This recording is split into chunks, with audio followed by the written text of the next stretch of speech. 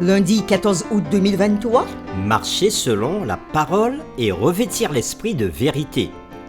Nous vous accueillons de nouveau sur votre chaîne, l'Aventure dans la parole. Et nous sommes heureux de vous souhaiter la bienvenue. Que Dieu nous ouvre l'esprit et nous guide dans l'enseignement de sa parole et qu'il nous bénisse. Si les contenus que nous vous proposons vous font du bien, nous vous invitons à participer avec nous dans la propagation de la parole. Cliquez sur le pouce, abonnez-vous si ce n'est pas encore fait, laissez-nous des commentaires et partagez le lien avec vos connaissances. Le texte à mémoriser que nous vous invitons à dire avec nous se trouve dans Éphésiens chapitre 4, les versets 21 à 24. Vous avez été instruits à vous dépouiller, eu égard à votre vie passée, du vieil homme qui se corrompt par les convoitises trompeuses, à être renouvelé dans l'esprit de votre intelligence et à revêtir l'homme nouveau, créé selon Dieu dans une justice et une sainteté que produit la vérité. Nous vous invitons à le redire avec nous, Éphésiens chapitre 4, les versets 21 à 24. Vous avez été instruits à vous dépouiller, eu égard à votre vie passée, du vieil homme qui se corrompt par les convoitises trompeuses, à être renouvelé dans l'esprit de votre intelligence et à revêtir l'homme nouveau, créé selon Dieu dans une justice et une sainteté que produit la vérité. Un changement est-il possible pour les êtres humains? Dans quelle sphère de notre vie avons-nous besoin d'un changement? En quoi nos paroles, attitudes et identités peuvent-elles être en bénédiction pour ceux qui nous entourent? Les réflexions de cette semaine nous aideront à répondre à ces questions et aujourd'hui nous le ferons avec la séquence Un changement radical de vêtements. en rappelant l'histoire de la conversion de son auditoire. Quel point essentiel Paul leur fait-il comprendre? Nous allons lire pour cela Éphésiens chapitre 4, les versets 20 à 24 pour répondre à cette question.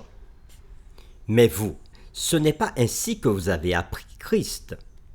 Si du moins vous l'avez entendu, et si conformément à la vérité qui est en Jésus, c'est en lui que vous avez été instruits à vous dépouiller, eu égard à votre vie passée du vieil homme qui se corrompt par les convoitises trompeuses, à être renouvelé dans l'esprit de votre intelligence et à revêtir l'homme nouveau, créé selon Dieu dans une justice et une sainteté que produit la vérité.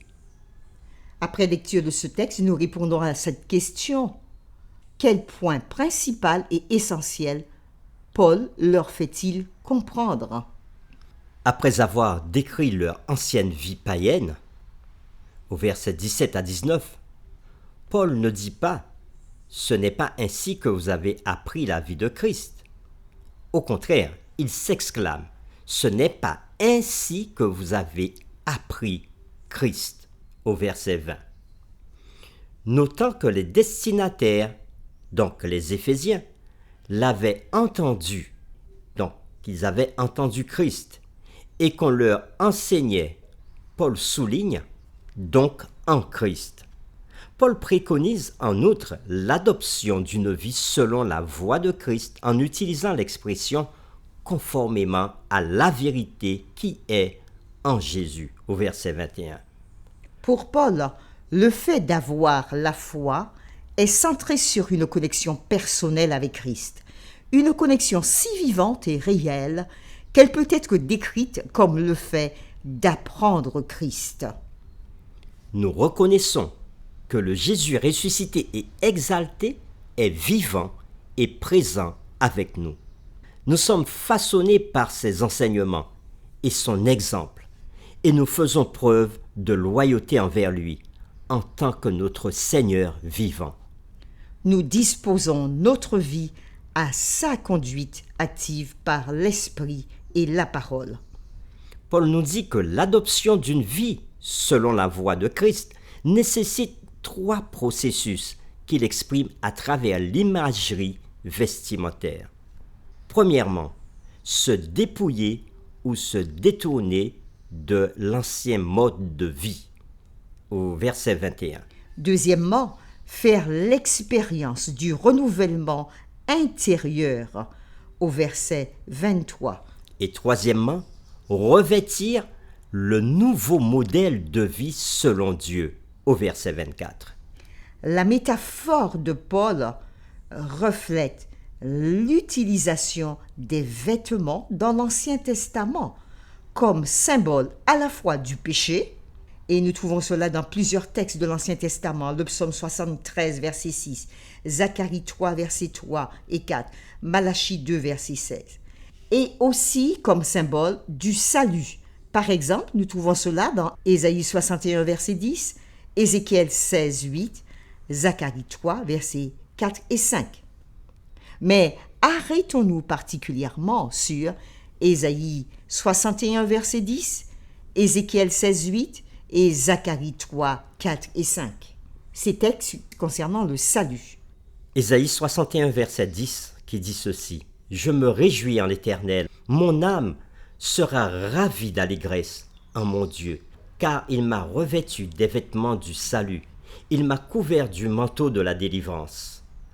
Comme le fiancé s'orne d'un diadème, comme la fiancée se pare de ses joyaux. » Ézéchiel chapitre 16, le verset 8.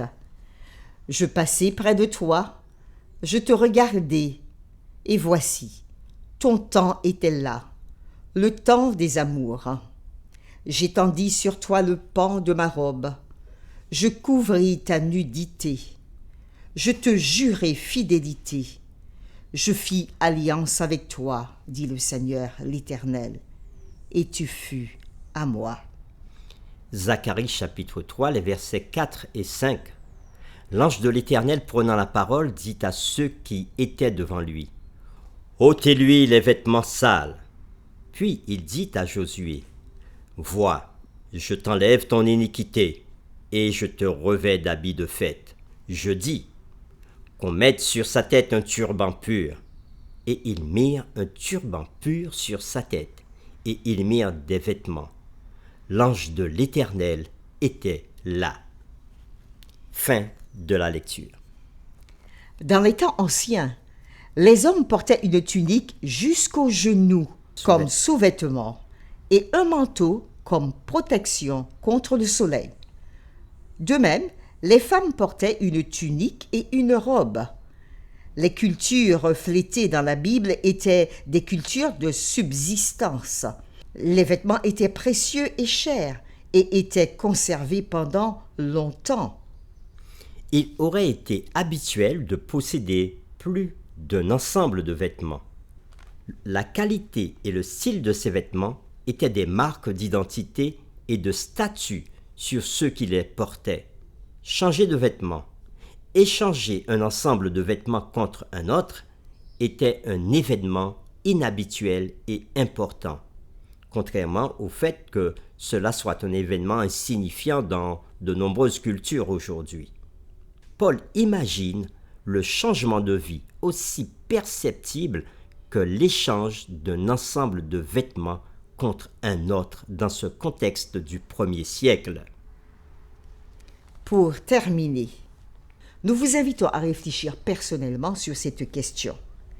Quelle est la différence cruciale entre le fait d'apprendre quelque chose à propos de Christ et le fait d'apprendre à connaître Christ? Prions ensemble. Nous sommes reconnaissants, Seigneur, pour ta parole que tu nous donnes. Ta parole nous instruit. Elle nous enseigne, elle nous permet de rentrer profondément dans notre vie et d'analyser ce qui se passe pour nous. Nous te louons, Seigneur, parce que ta parole, elle est puissante, elle est transformatrice. Et par ta parole, tu nous appelles au changement. Alors que dans ces textes que nous venons de lire, tu appelles ton peuple par l'intermédiaire de Paul à changer de vêtements. Cette image qui est très significative pour les Éphésiens à l'époque de Paul, et peut-être qui n'a pas beaucoup de signification pour nous. Mais lorsque nous méditons et que nous réfléchissons sur ce changement de vêtements, nous pouvons comprendre le changement de vie, le changement de comportement, le changement même d'identité en Christ. Merci pour ta parole qui nous dit comment vivre. Alors qu'hier nous avons parlé de la vie de péché, aujourd'hui tu nous parles de grâce parce que tu veux nous revêtir d'un vêtement de grâce, du vêtement du salut. Aide-nous à accepter dans nos vies ce vêtement pour que nous soyons des personnes chaque jour renouvelées par toi, couverts par ton vêtement, par ton salut, par ta justice, par ta grâce. Nous t'avons prié au nom de Jésus. Amen.